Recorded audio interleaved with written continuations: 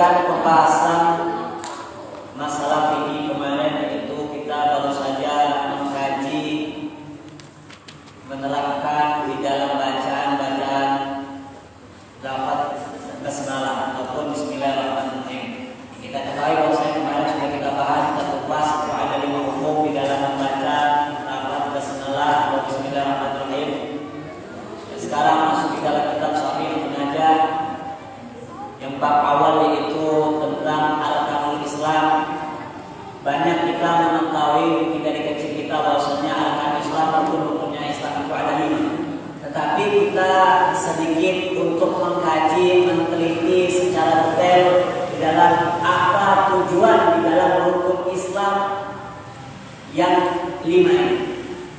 Dan pernahkah kita bertanya di dalam sanubari hati kita atau di pikiran kita bahwasanya rukun Islam ada 5. Yang pertama itu mengucapkan kalimat tauhid, 2 kalimat syahadat, asyhadu an la ilaha illallah wa anna muhammadar rasulullah.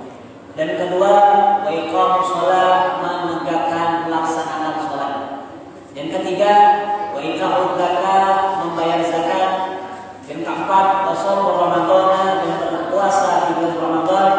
Serta yang kelima, wa hajjul baiti man istata'a ilaihi sabila, naik haji bagi orang yang mampu.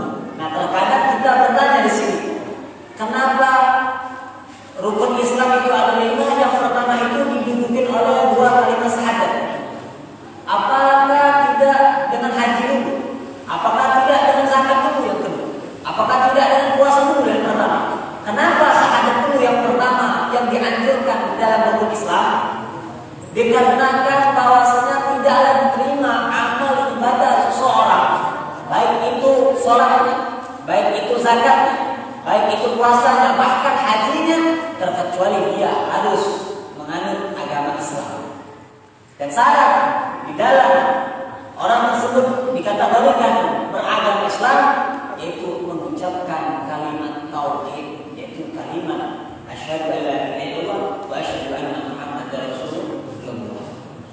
Ma'alim, kami dari kecil ini Islam, kami tidak pernah mengucapkan tauhid, tapi kita praktik kepada kedua orang tua kita bahwasanya orang tua kita adalah Islam.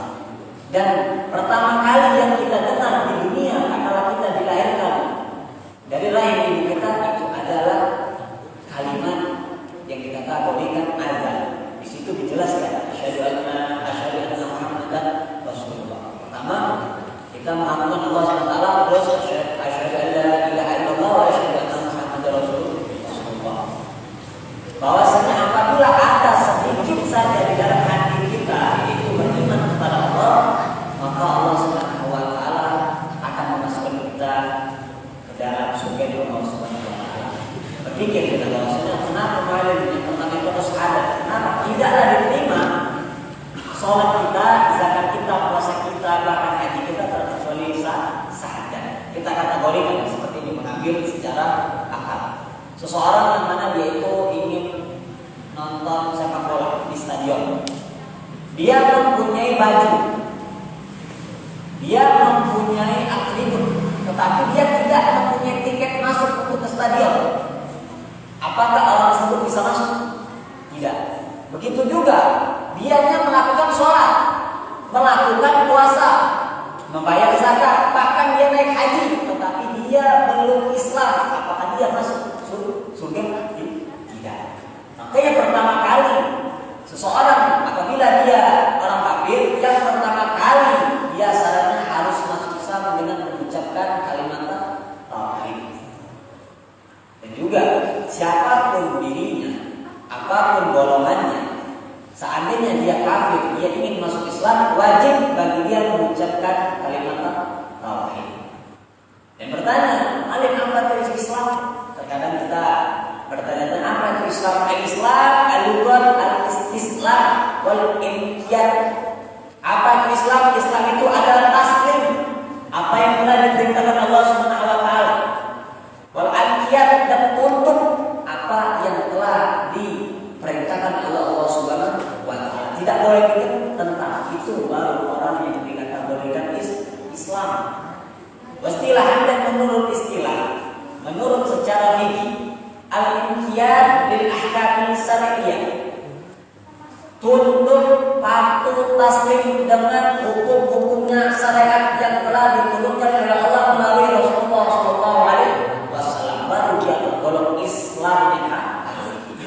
Allah memerintahkan kepada Nabi untuk sholat, nabinya bahkan seluruh umatnya yang sudah balik dan akhir dalam satu waktu, dalam satu hari itu 5 waktu, maka wajib bagi dia sholat. Itu yang dikatakan Islam. Dan syahadat itu artinya syahadu. Apa itu syahadu? Ayat al-tayakunu, meyakinkan, wal inqiyad, dan kita beriktikad dengan kuat bahwasanya tidak ada yang disembah kecuali Allah Subhanahu wa taala. Kembali kita ke dalam tauhid. Kita menyaksikan di dalam bahasa Arab ada namanya nazar. Nazar itu artinya melihat ataupun memandang. Nazar ini kita pakai dengan alat yaitu pandangan dengan mata. Tapi syahadat menyaksikan, meyakini bahwa Allah Subhanahu wa taala itu adalah Tuhan kita, itu yakin dengan hati. Seandainya bingung, tidaklah sesuatu yang mana dia itu ada, dia itu wujud. Masih agak bingung, ini tauhid. Kita meyakinkan itu ada karena kita merasakan. Contoh, bahwasanya kita meyakini bahwasanya tidak ada Tuhan selain Allah. Meyakini bagaimana? Melihat, kita tidak pernah melihat. Memandang, kita tidak memandang. Bagaimana kita meyakini dengan hati, dan kita yakin bahwasanya Allah itu adalah Tuhan kita. Sebagaimana contoh, ketika kita lewat di jalan ataupun di dalam ruangan, kita merasakan angin, terasa ini, terasa. Mana arah angin? Mana bentuk angin? Mana warna angin? Ada tak warna angin? Ada bentuk angin? Ada rasa angin? Tidak kan? Tapi kita yakin bahwasanya ini yang merasakan sejuk ini, kira rasa ini spesifik ini angin. Jadi tidak mesti sesuatu yang ada itu yang wujud itu harus nampak dengan bentuknya. Contohnya ngomong, kalau kita kentut, ya sebelah kita, kalau kita kentut, kalau dari mana? Apa ya? Kita kentut dari mana? Gambar tidak hati, bentuk tidak hati, warna tidak hati. Tetapi kita jadi bahwa sebelah itu kalau kita kentut, dari mana kita mengatakan merasakanlah baunya. Tapi baunya ada hati, bentuk tidak hati. Terus juga ibaratnya warnanya, rasanya gitu tidak kan, tapi kita mencium bahwasanya sesuatu yang keluar daripada sahabat itu adalah sesuatu yang tidak enak. Untuk yakin aku walaupun tidak tapi yakin, tapi yakin dalam hati. Itulah yang keyakinan. Tidak mesti sesuatu yang nampak, yang sesuatu yang ada di permukaan bumi ini harus ada. Itu bedanya. Angin, angin itu tapi bentuk, tidak pakai warna. Kalau kamu cek di gelar formal itu atau angin yang bisa digambar-gambar. Nah, itu namanya. Contoh, sampai kita coba ini sakit, ada tak bentuk sakit? Ada tak bentuk sakit? Ada tak orang sakit? Tapi tempat sakit ini di sini. Tapi bentuknya macam mana? Tapi kita merasakan dari sakit itu ada. Begitu juga kita yakin sama Allah Subhanahu wa taala. Wa anna Muhammadan Rasulullah, dan Nabi Muhammad itu adalah utusan Allah Subhanahu wa taala. Dan Sayyidina Muhammad sallallahu alaihi wasallam itu adalah yang diutus minal jin, daripada golongan jin, wal insi, dan manusia, istima'an secara global. Nabi itu diutus bukan untuk manusia saja, tetapi Nabi diutus untuk bangsa jin, bangsa benda-benda yang mati, dan bangsa malaikat secara sama. Jadi Nabi itu apa sih artinya Rasul? Rasul itu adalah utusan. Berbeda dengan Nabi. Ketika kita menjelaskan bahwasanya ada yang menanyakan apa sih perbedaan antara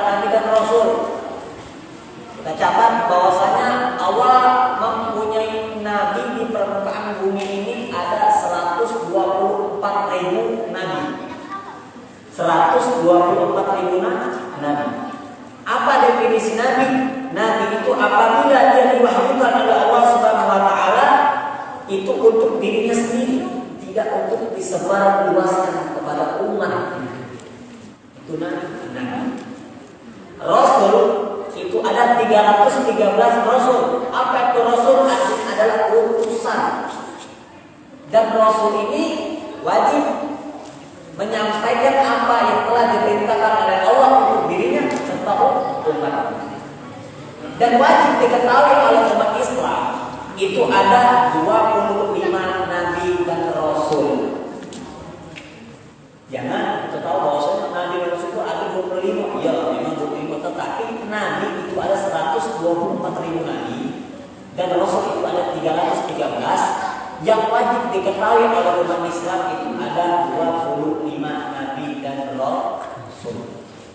Dan Nabi Muhammad itu adalah khatimin nabiyyin, penutup daripada nabi-nabi. Khatim itu penutup, bukan nabi itu penutup itu sebagai cincin. Itu ada di belakang ada apa? Nabi itu adalah permatanya ataupun batu.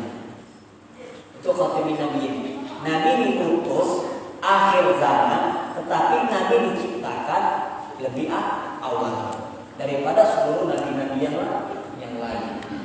Caranya mana bisa tahu di dalam kitab, banyak kitab-kitab dijelaskan. Salah satu di kitab Daqaiqul Akhbar dijelaskan bahwasanya Allah Subhanahu wa taala menciptakan Nabi Adam alaihissalam.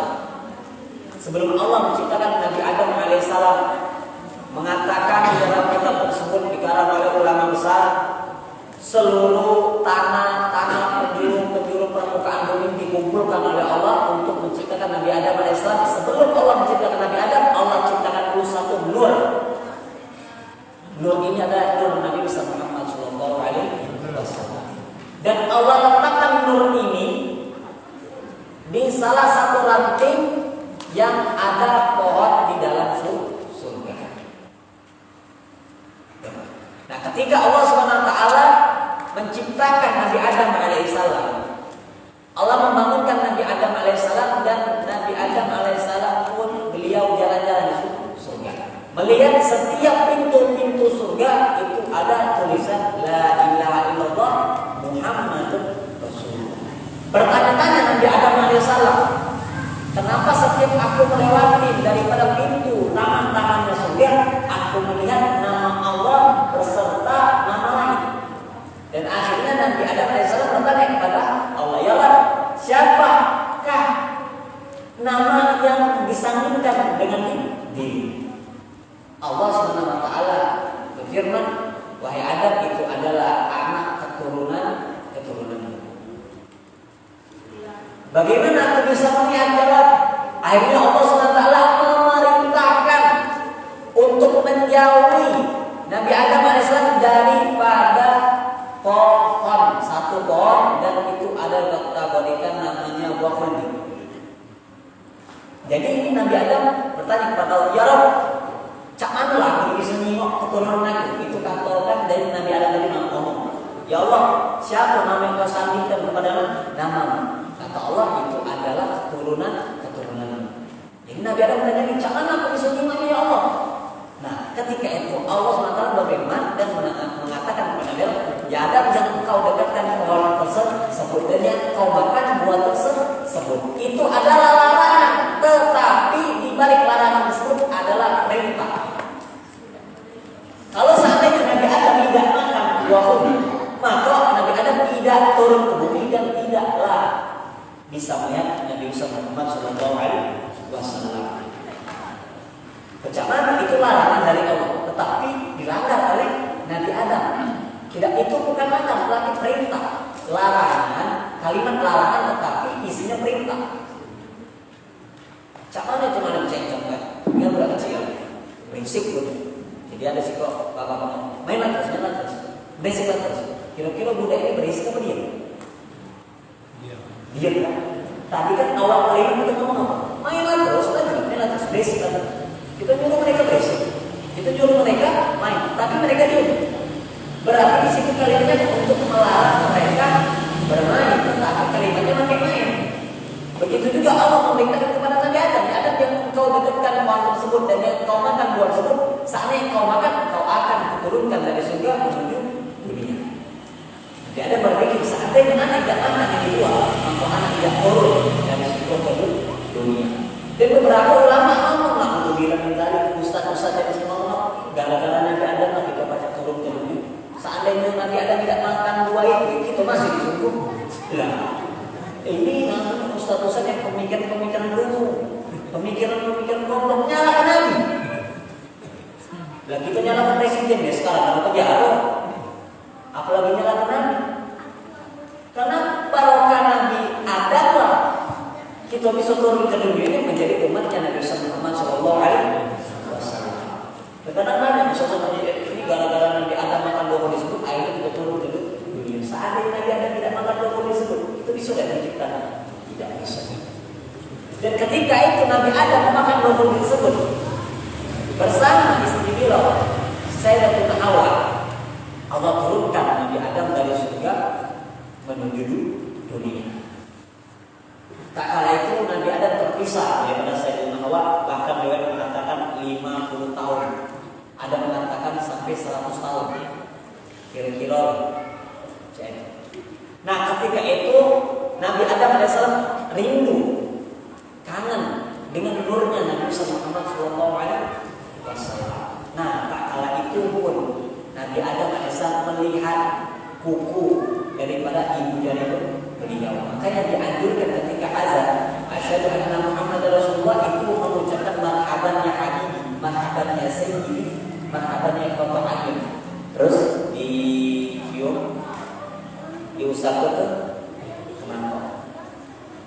Itu bunyinya satu untuk menghilangkan penyakit mangkok, baik itu rabun ataupun sakit mangkok. Dan kedua itu seakan-akan kita melihat nurnya Nabi Muhammad Sallallahu Alaihi Wasallam. Karena banyak kan ada beberapa yang tidak percaya. Nah, kembali lagi kepada yang kategorikan syahadat. Karena Nabi Adam alaihissalam turun ke dunia. Di dalam kitab Nasihat Dunia dijelaskan, Nasihat Ibad dijelaskan bahwasanya Nabi Adam alaihissalam iri dengan umatnya Nabi besar Muhammad Sallallahu Alaihi Wasallam dengan 4 perkara. Nabi Adam pun iri dengan kita. Jadi Nabi Adam iri dengan kita dengan 4 perkara. Yang perkara pertama, ketika itu Nabi Adam alaihissalam membuat kesalahan, tapi ini kesalahan yang mana posisi beliau itu sebanding dengan para nabi, bukan dengan kita, sebanding dengan para nabi. Beliau membuat kesalahan, Allah turunkan beliau dari surga menuju dunia. Ketika itu Nabi Adam alaihissalam, ya Allah, aku ini dengan umatnya Nabi Muhammad. Tak kala aku melakukan suatu kesalahan kepada dirimu, Allah turunkan aku dari surga menuju dunia. Sedangkan umatnya Nabi Muhammad, ya Allah, mereka bermaksiat pagi, siang, malam, bahkan mau tidur pun mereka bermaksiat. Engkau ampuni dia punya dosa, engkau masukkan dia ke dalam surga. Yang kedua, kata Nabi Adam alaihissalam, ya Allah, aku ini dengan umatnya Nabi Muhammad SAW. Tak kala aku membuat kesalahan kepada dirimu, engkau pisahkan aku dengan Sayyidatuna Hawa. Tetapi umatnya Nabi Muhammad, mereka pagi bermaksiat, siang bermaksiat, malam bermaksiat, engkau tidak pisahkan mereka dengan anak istrinya. Yang ketiga, Nabi Adam alaihissalam iri dengan umatnya Nabi Muhammad SAW. Ya Allah, tak kala aku membuat suatu kesalahan kepada dirimu, engkau tidak terima tobat kecuali aku ada di kota Mekah, kecuali aku ada Ka'bah.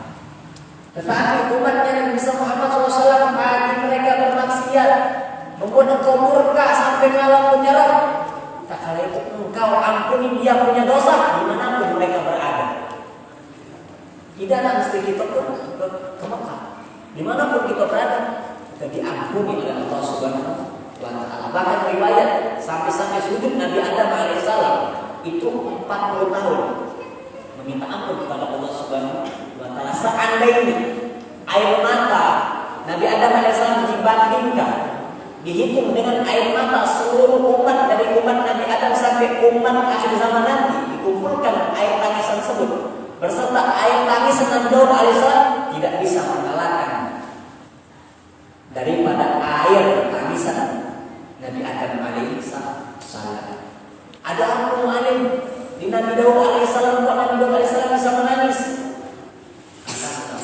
Ketika Nabi Daud alaihissalam beliau membaca kitab, beliau melihat seekor cacing yang mana apabila Nabi Daud alaihissalam membaca kitab beliau tersebut, seluruh makhluk terdiam karena merdunya suara Nabi Daud alaihissalam. Salam burung-burung berhenti berhijau, ombak-ombak di pantai berhenti mereka berombak, angin-angin pun yang berisik itu berhenti, tak kalah mendengar daripada Nabi Daud alaihissalam membaca kitab beliau. Beliau melihat di mihrab beliau di hadapan beliau itu ada seekor cacing, yang mana beliau berpikir, ya Allah, untuk apa engkau ciptakan ini cacing, yang mana dia itu keluar dari tanah, masuk ke tanah, makan dari tanah, dan keluar pun kotorannya tanah. Allah SWT mengizinkan kepada cacing tersebut untuk berbicara kepada siapa? Nabi Daud alaihissalam.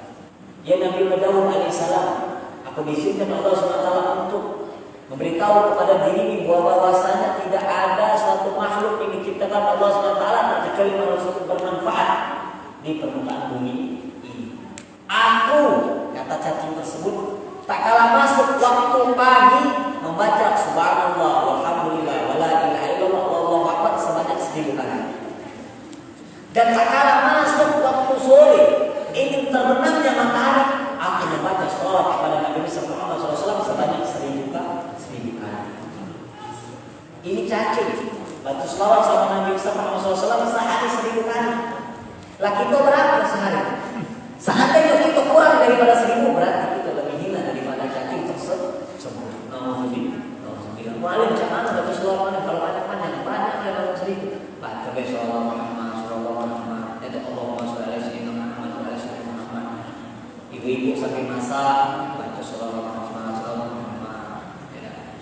Budak-budak yang mau beli daripada main TikTok sama TikTok sini ada yang mau beli dia baca sholawat Muhammad sallallahu alaihi wasallam. Itu bapak-bapak lagi tinggal mereka langsung sholawat Muhammad. Tidak masalah. Sholawat itu nak kita punya wudu, nak kita tidak punya wudu, nak kita menghadap kiblat tidak menghadap kiblat, tetap diterima oleh Allah Subhanahu wa Ta'ala. Itulah kesusiaan. Salah satu ibadah yang diterima oleh Allah baik sombong dan tidak sombong itu adalah sholawat kepada Nabi Muhammad sallallahu alaihi wasallam. Jangan menaruh cinta kepada Nabi kecuali kita buktikan dengan sebut dengan memperbanyak dengan sholawat kepada Rasulullah sallallahu alaihi wasallam. Itu bahwasanya Nabi Muhammad SAW itu adalah diutus untuk seluruh makhluk, manusia, jin, beserta para malaikat. Yang kedua daripada rukunnya sholat itu adalah iqamus sholat, menegakkan sholat. Insyaallah mungkin anak kakek jelaskan masalah sholat secara detail. Ini secara profil ini. Wa iqamus sholat wa aqamu ayyam mulazamatu wal istimrar. Artinya iqam sholat, iqam itu apa iqam? Itu artinya adalah menyenantiasakan, melazimi, wal istimrar dan meneruskan dan terus menerus. Iqam sholat untuk kita sholat. Sholat ini tidak ada pengecualian.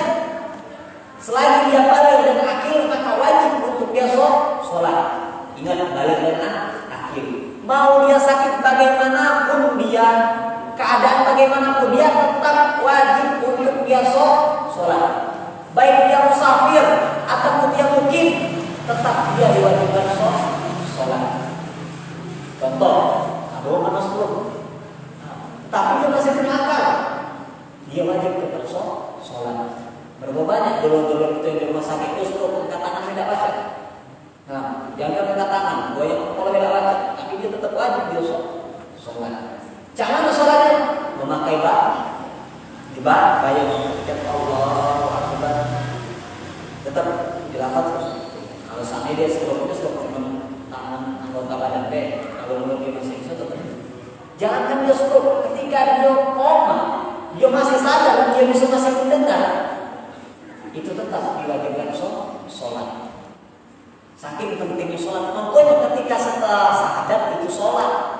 Karena sholat tidak ada pengecualian bagi umat yang bisa Muhammad SAW yang mana dia telah balik dan akal. Berarti kalau tidak sholat berarti dia tidak berakal. Berarti dia itu sakit, otaknya sudah sakit, sudah korengan berarti. dia termasuk wong gilo. Wong gilo itu tidak wajib sholat. Jadi kalau seandainya ada wong yang tidak sholat berarti dia wong gilo. Lah, yang diwajibkan sholat itu balik dan akhir. Wong yang sudah balik dan wong yang berakal. Nah, baca itu berakal alhamdulillah. Kenapa masih melaksanakan sholat? Sedangkan wong yang tidak melaksanakan sholat berakhir. Lah sudah tawaran lah besar, volume lah besar, azan lah bagus. Tidak, masih tidak kedengaran. Apa dia itu tidak kedengaran? Aku tidak menyangka tidaklah tahu bahwa alhamdulillah kita bersyukur sama Allah masih diberikan untuk niat ini gerakan untuk sholat. Penting sholat. Sholat itu peranan sangat penting. Nak dia untuk sholat itu harus wajib. Nah, cak manapun dia nampakkan kesatu tetap dia sholat. Asal al-lughah secara global apa arti sholat? Doa, yaitu doa, berdoa. Mungkin ada beberapa di sini pernah mendengar daripada golongan-golongan yang mana mereka itu sholat ingat sama Allah, doa selesai. Ada terkadang banyak komunitas yang ingat sama Allah. Nah sudah, sholat. Nah, macam itu orang tu kalau kakek amal lapar, ingat makanan, kenyang tak kali gitu? Kenyang tak kira-kira? Contoh, lapar yang makan, terus makan kau bayang tu bayang tu makan pangsit atau steak, atau burger. Nah, kenyang tak? Tidak kenyang, makan pikiran, makan tayangan. Begitu juga kalau nak masuk surga, kata Allah dan Nabi memerintahkan untuk sholat dia dilakukan, dikerjakan. Kata Nabi, sholatlah sebagaimana kalian melihat aku sholat. Nabi sholat pakai takbir, Nabi sholat pakai rukuk, Nabi sholat pakai sujud, Nabi sholat pakai tahiyat. Bukan cuma ingat sama Allah, ingat sama Allah telah selesai. Tidak main itu lemahnya masuk surga gitu. Coba yang dari komunitas sekarang apalagi pacak beberapa aliran ngomong sholat itu bisa dibayar. Jadi kan bayar. Doa. Kenapa sih doa secara lugat?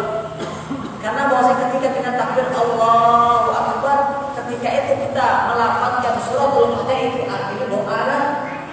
Bismillahirrahmanirrahim. Dengan menyebut nama Allah lagi maha kasih dan maha penyayang. Alhamdulillahirabbil alamin. Ada pujian bagi Allah SWT yang memiliki semesta alam.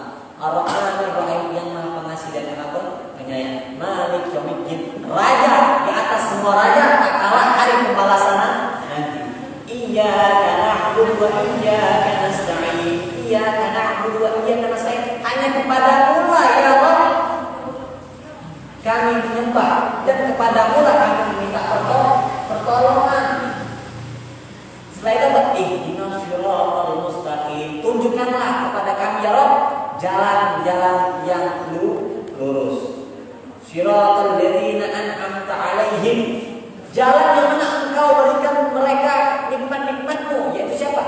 Minal anbiya wa syuhada wa sholihin. Ihdinas siratal mustaqim siratal ladzina an'amta 'alaihim ghairil maghdubi 'alaihim. Jangan seperti orang-orang yang engkau sesat. Itu di dalam sholat. Makanya kalau orang sholat tidak bakal sesat. Kalau dia sholat pasti dia apa? Ibarat amal ma'ruf nahi munkar. Karena dia sholat tadi berdoa kepada Allah Subhanahu wa taala. Dan secara syariat, secara fikih, apa itu sholat? Aqwalun wa af'alun muftatahatun bitakbir wa muftatamatun bitaslim. Diawali dengan ucapan dan perbuatan, dibuka dengan takbir Allahu Akbar awal sholat, wa muhtatamatun dan ditutup ditaslim dengan salam assalamualaikum warahmatullahi wabarakatuh. Ketika kita telah takbir Allahu Akbar, maka sesuatu yang halal pun dihalalkan oleh Allah Subhanahu wa taala. Contoh makan halal. Ketika kita sudah mengucapkan takbir Allahu Akbar, tidak boleh lagi makan. Nah, contohnya sebelum sholat kita selfie boleh. Setelah nak sholat Allahu Akbar jangan selfie dulu. Nah, jangan sekarang tidak dikit-dikit ke selfie. Nak sholat Jumat ke selfie, sholat Idul Fitri selfie. Sampai-sampai alhamdulillah jangan sekarang sampai di umur sakit ke lagi selfie. Sampai lagi jaga umi, lagi jaga apa? Nggak tahu kalau sakit mungkin bisa itu. Kan zaman sekarang sudah beragam, sudah banyak pengajar, sudah ada zaman. Sampai kaki kuburan ini, kuburan kakek itu sudah butuh bawa ya tidak usah lah, pakai aplikasi yang buka YouTube selesai. Nah itu kan, oh itu kan tidak bisa lagi. Kakek kalau jalan ketemu dengan bapak emaknya kakek bawa api, tidak buka surah Yasin langsung di kamar ke kuburan. Dia nanti jalan mau kiri kanan. Banyak yang sama macam aku bilang. Aku kita didik anak-anak kita itu alat ngaji, karena ngaji itu sangat penting. Kita harus sholat, ya harus bisa ngaji. Kita naik ibadah apapun harus bisa ngaji. Jangan ngaji terus. Belajar sekarang ngaji terus. Tidak. Di ujung-ujung cetan. Di ujung cetan sama setan. Nah yang itu sekarang itu. Saya bilang makanya kita kita praktik baik itu dari pelakunya ataupun hati. Ada sebenarnya sekarang katanya minta di kota, ada sama menunjuk tugas. Masa menjadi tugas sampai nunggu habis, tak tahu dulu main game, pesian gitu sama yang bukan mengharap mengikuti. Aku bilang, saya berarti kan, mereka musyawah itu usaha dan membayarkan zakat bersama Ramadan akan jadi benci manusia kaya bisa sampai di sini ada yang tanya kan? Insyaallah baru kita bahas masalah sedikit demi sedikit apa itu sholat, sebab sholat, turunnya sholat, yang diwajibkan sholat. Insyaallah kita ada yang ada gambarannya. Yang tanya, ya. Saya kan benar kata tadi sholat itu adalah doa. Saya pernah mendengar di majelis taklim bahwasanya kebanyakan orang sholat ini salah dalam berdoanya sesudah habis sholat. Padahal katanya yang diwajibkan itu waktu sholat itu ada dua tempat pada saat sujud dan tahiyat akhir katanya. Waktu kita sujud itu Pak Ustaz, selain yang wajib itu doa apa yang harus kita laksanakan yang bisa kita baca Pak?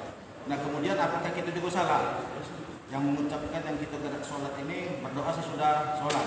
Padahal yang mereka maksud ada yang kaum muslimin itu katanya bahwasanya sesudah sholat itu diwajibkan untuk berzikir baik. Nah gimana pendapat kita? Berdoa itu Nabi mengatakan doa silah mungkin, doa itu adalah senjatanya orang-orang. Sedangkan doa yang paling diijabah kata Rasulullah SAW ketika sujud akhir. Makanya ketika Nabi sujud akhir itu Nabi melamakan daripada sujud akhir tersebut. Ketika sudah baca yang telah disampaikan oleh Nabi, baik itu ditambahkan Allah mengatakan min azwajina wa zurriyyatina wa rahmatina wa jannina imaman, tidak tuh baca yang lain tidak masalah, tapi di dalam hati. Apalagi tidak baca suara, di dalam hati deh. Tak sampai Allah sebagai jangan disebutkan. Kalau disebutkan batal sholat. Kenapa? Karena kita berbicara hal tersebut di luar koridor sholat. Dan Anda mengatakan katanya itu yang pertama sholat ibadahnya doa yang dijawab. Yang kedua doa setelah salah. Ya, makanya ulama-ulama membuat zikir setelah sholat, Al-Fatihah, terus disambung lagi ayat kursi, terus lagi Allahumma ja'alna minan nar, itu doa kan? Nah, zikir itu kan adalah salah satu doa. Setelah itu disambung dengan doa lagi, tidak masalah. Yang masalah ini tidak sholat berdoa, masalah. Nah, tidak sholat tapi berdoa, doanya tadi doa masalah dunia kan? Nah, itu yang bermasalah. Tapi kalau seandainya itu tadi itu ada perihal dua golongan yang mereka mengatakan doa itu ketika sujud dan ditahiyat, dan ada juga doa yang ketika kita setelah sholat itu jadi itu doa diterima. Tergantung itu keyakinan masing-masing. Nah, tidak contohnya ini deh, ada kita yang dari pos kajian atau nanti ayat ya Allah lebih doa di luar sholat tetap diijabah. Kadang memang karena ibaratnya Nabi itu menganjurkan untuk kita itu sujud akhir dan melamakan sujud tersebut dan kita berdoa, karena disitulah untuk doa kita kerendahan diri kita kepada Allah.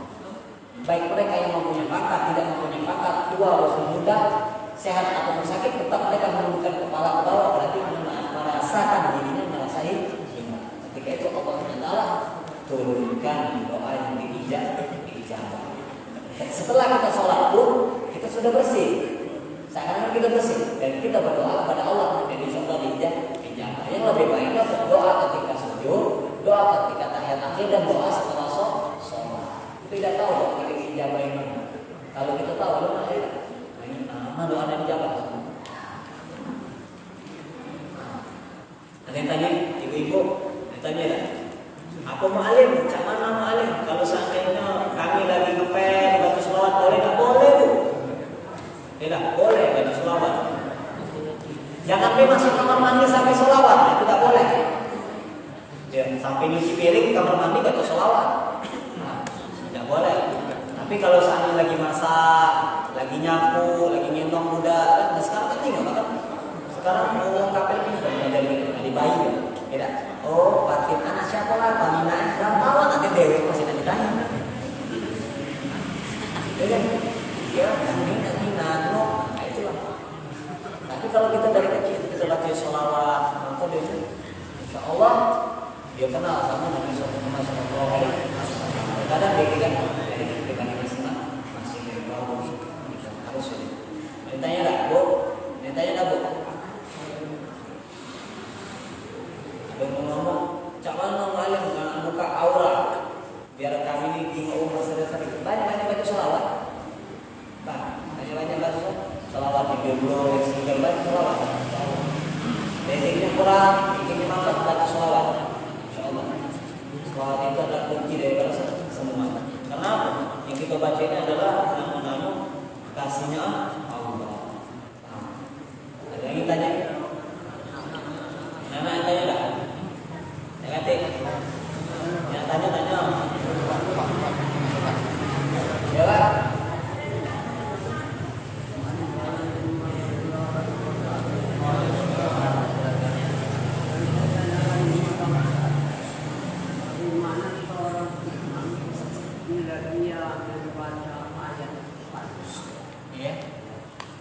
Sedangkan aku di belakang ada yang tua, ada yang muda, kan gitu. Kalau dia yang panjang, jadi pakai yang di belakang ini, jangan goyang.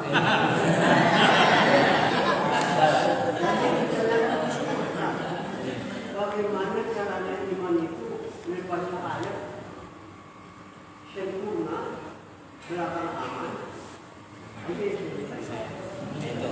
karena ada di dalam kitab Tarang Hadis dijelaskan bahwa Rasulullah SAW itu pernah bersabda, apabila kalian menjadi imam, maka lihatlah daripada makmum kalian dan bacalah surah yang sedang-sedang saja. Contoh, tentang suara bagus, masih duduk, sholat isya, baca Al-Fatihah, surat Yasin, belakang ekor banget. Pas subuh baca surat sajadah, itu kalau. Ya, jadi kita tengok, apa yang kita sawu-sawu vakum yang atas saja di musola. Kita tengok, makmum ini, oh ini ada yang ini, oh ini ada apa, ini kalau tidak baca, ini aman 10 menit tidak, betul begini lah. Ya, kan kita baca, apa yang dianjurkan oleh Nabi? Ketika kita maghrib, contoh maghrib itu kan waktunya sangat pendek. Kita surat-surat pendek, surat Al-Ikhlas, surat Al-Falaq, surat An-Nas, Al-Kafirun, Al-Fil, itu dibaca. Nah, ketika isya, baca surat yang agak panjang, Duha, surat Duha, Batin, itu tidak masalah. Nah, kapan kita dianjurkan untuk baca surat panjang? Ketika kita dewean, ketika kita tahajud.